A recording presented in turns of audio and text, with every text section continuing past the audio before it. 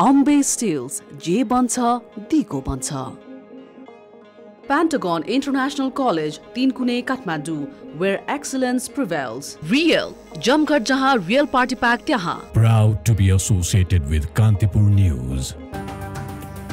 Ruling coalition partner CPN-UML is holding a crucial Politburo meeting today where Vice Chair Bishnu Podil has proposed removing the age and term limits for party leadership.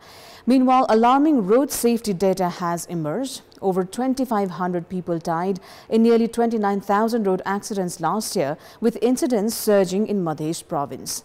In other news, Rashtriya Prajatantra Party has urged the corruption watchdog CIA to investigate political leaders in corruption cases, stressing the need for accountability at the top. And marking 1 year in office, Health Minister Pradeep Podil admits he's fallen short of his reform goals, citing poor implementation despite strong public expectations. These and more at today's Kantipur News. Good evening, I'm Sarah Sapsanamma. Let's begin with the headlines of the hour.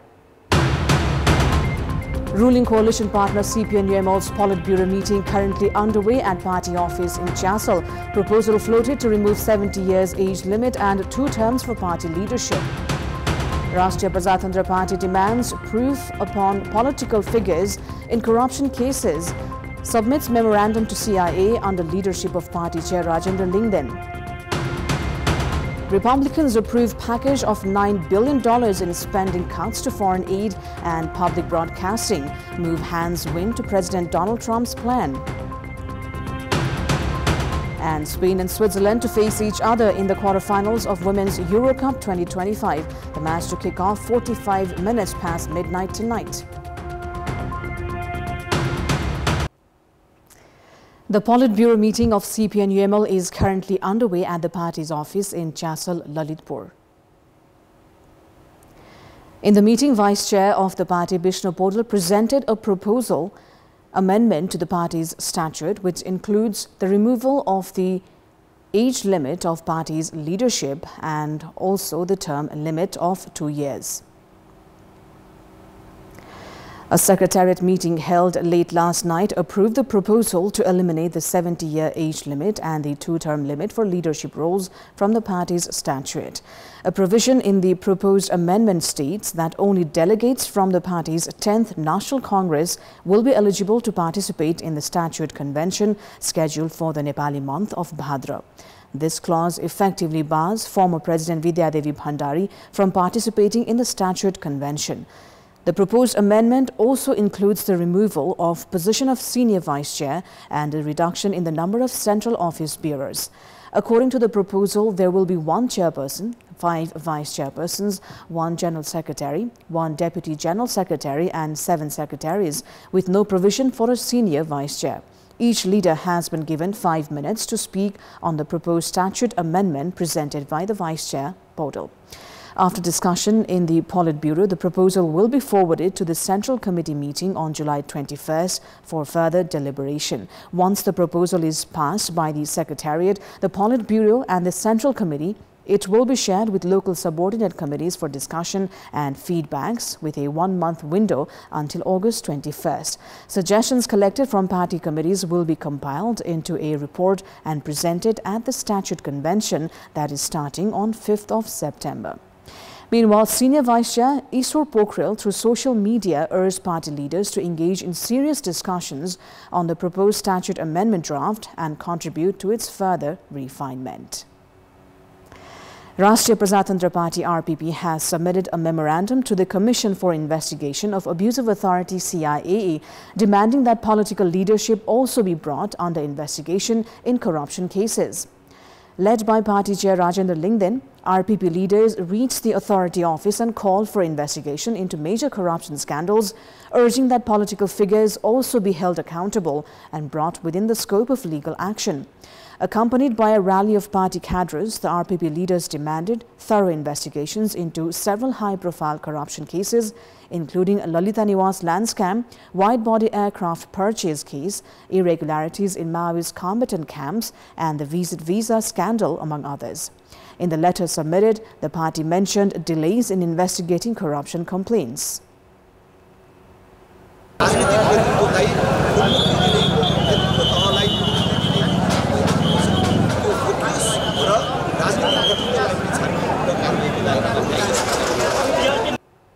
RPP has also urged the Department of Money Laundering investigation to probe those involved in corruption. Prime Minister KP Sharma Oli has said that Nepal is carrying out development works according to its own capacity. Inaugurating the Nepal-China Cultural Summit in Kathmandu today, Premier Oli said that Nepal is moving forward in mutual relations based on its capabilities. He expressed that the relationship between Nepal and China will continue to deepen in the coming days. Premier Oli also emphasized that no effort will be spared in advancing friendly relations with China. The Biratnagar Customs Office and Biratnagar Metropolitan City were unable to meet their revenue collection targets in the past fiscal year.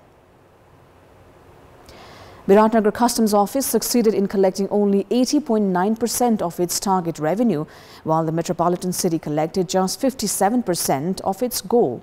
The Customs Office had a revenue target of 41.55 billion rupees for the fiscal year 81-82, but managed to collect only 33.62 billion.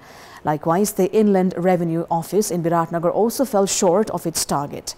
Against a revenue target of 10.72 billion rupees for the fiscal year 2081-82, it collected 8.89 billion, approximately 83% of the target.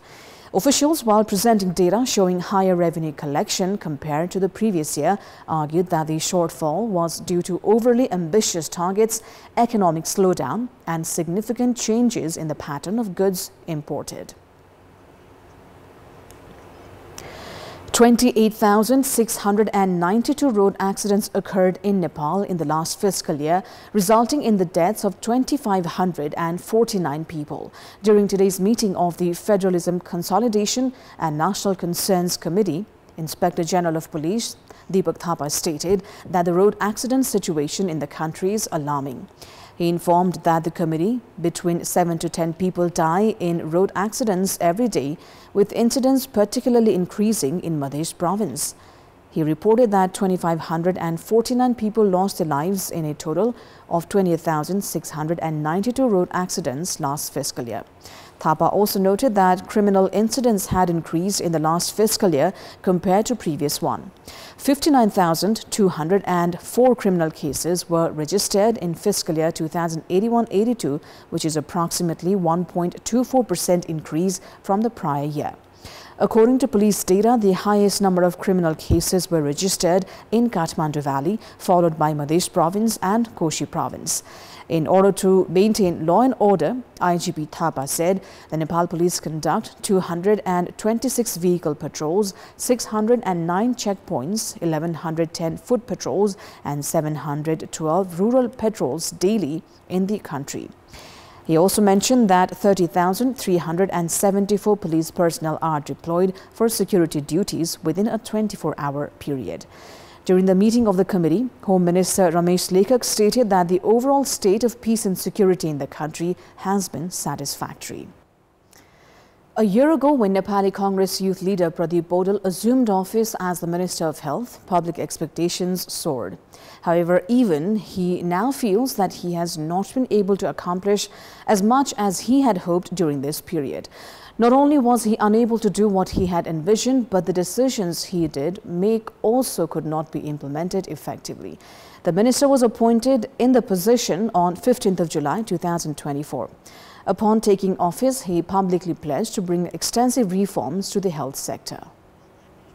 As soon as he took office, Minister Bodal announced his intention to eliminate the long queues at federal hospitals. But this promise soon turned out to be an unfulfilled ambition. Unable to implement the plan, he had to revise his statement. At the time of assuming office, he was enthusiastic about transforming the health sector, and the public was hopeful. However, during his one-year tenure, there have been no tangible improvements that the public has directly experienced. To reduce overcrowding in hospitals, he proposed operating services in 2 shifts, but after facing opposition from doctors, he had to backtrack from the decision. He was also unsuccessful in fulfilling his commitment to increase health insurance coverage from 100,000 to 500,000 Nepali rupees. Later, he made a decision to provide 200,000 rupees insurance coverage for patients suffering from 8 serious illnesses, including cancer, heart disease and kidney ailments. However, he has yet to resolve ongoing issues in the insurance system and it remains a major point of public dissatisfaction.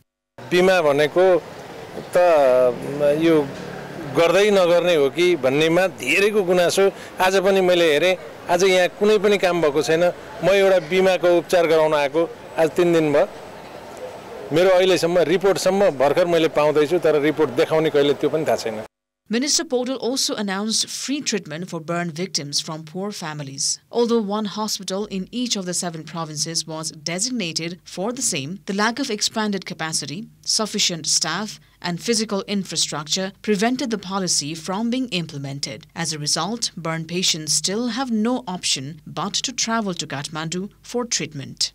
There is a severe shortage of doctors in the health sector. On top of that, many healthcare workers go on temporary assignments and then remain there permanently, leaving many designated posts vacant. Reports indicate that 300 to 400 health workers are stationed at the Health Ministry itself through such temporary arrangements. Even though the ministry had issued directives to send them back to their original posts, they are not being followed. Neither doctors nor the staff pay heed, and the ministry has been unable to deploy personnel to where they are most needed. रिपोर्टहरु अब बिहानै आउने त्यसपछि अब report आउनलाई ढिलो लाग्ने र सबै सेवा सुविधाहरु नभएको अब भिडियो एक्सरेहरु छैन के छैन त्यसैले गर्दाखेरि सरकारले यो सबै कुराहरु उपलब्ध गराइदियो भने पक्कै पनि हैन सेवाग्राहीहरुलाई राम्रो हुन्छ होला जस्तो मलाई लाग्छ पहिला आफ्नो लक्ष्य निर्धारण हुँदो के म 1 वर्ष भित्र 753 मा आधार स्वास्थ्य सेवा पुर्याउँछु अथवा 5 वर्ष भित्र पुर्याउँछु त्यसैले यो काम गर्छु अनि मेरो प्राथमिकता यो हो कहिले एउटा भाषण गर्ने अर्को दिन अर्को भाषण गर्ने अर्को दिन भाषण दिनदिनै परिवर्तन गरेर अनि एउटा अस्पतालमा गएर एउटा बोलेर त त्यो पुरा हुँदैन त्यसकारण मैले के देखाछु भने मार्गचित्र नै हाम्रो खास उद्देश्य के हो हाम्रो लक्ष्य के हो बाटो के हो त्यो क्लियर भएको देखियो During this time, Minister Paudel has seen some success with the introduction of the HPV, human papillomavirus vaccine program for adolescent girls to prevent cervical cancer. There have also been some initiatives to expand services for diseases like cancer, heart disease and kidney-related illnesses. However, the main criticism against Minister Paudel is that while he makes promising decisions, he lacks the commitment to see them through to implementation. A report by Kripal Gautam for Kantipur News, Kathmandu. It is time now for our segment Public Pulse, where you text us with your opinion. Public Pulse. The question is, what's your take on ministers announcing their achievements as government completes its 1 year? Your options are A, exaggerated list, B, results yet to be seen, C, citizens waiting to feel the change, and D, prefer not to comment. Visit www.kantipurtv.com or ekantipur.com to share your opinion with us. Sports News. Spain and host nation Switzerland will face off in the UEFA Women's Euro Cup 2025 quarter-final match later today. The match will take place at the Wankdorf Stadium in Bern, Switzerland, and will kick off at 45 minutes past midnight Nepal time later tonight. World Cup winners Spain entered the quarter-finals undefeated from Group B, while the host team Switzerland advanced as the runners-up of Group A. Having already won the Women's World Cup and the Nations League in the past 2 years, Spain is aiming for a third consecutive major international title. In the group stage, they delivered excellent performances by defeating Portugal, Belgium and Italy. Coach Montse Tomé's squad is aiming to reach the semi-finals of the Euro Cup for the first time since 1997. Switzerland, making their first ever appearance in the knockout stage of the European Championship, is hoping to pull off a surprise result with the backing of their home crowd. Despite losing 2-1 to Norway in the group stage, the Swiss team found their rhythm with a 2-0 win over Iceland and secured their quarter-final spot by defeating Finland in their final match. Spain remains unbeaten in their previous 4 encounters with Switzerland. While Spain aims to continue that streak, Switzerland hopes to stun them in front of their home supporters. The player auction for the second edition of the Everest Women's Volleyball League is taking place. This marks the first time in the history of Nepali volleyball that an auction is being held. The 6 participating franchise teams will select players through the auction that is currently underway. The teams in the league are Karnali Yashbis, Lalitpur Queens, Kathmandu Spikers, Madhesh United, Pokhara Ninjas and Lumbini Lava. Pokhara Gandaki Thunders and Lumbini Chitwan Shakti have been replaced by Pokhara Ninjas and Lumbini Lava. Karnali is the defending champion, while Lalitpur was the runner-up in the previous edition. Karnali has retained Sumitra Regmi as the marquee player. Lalitpur has continued with Salina Shrestha, and Madhesh United has retained Niruta Thagunna.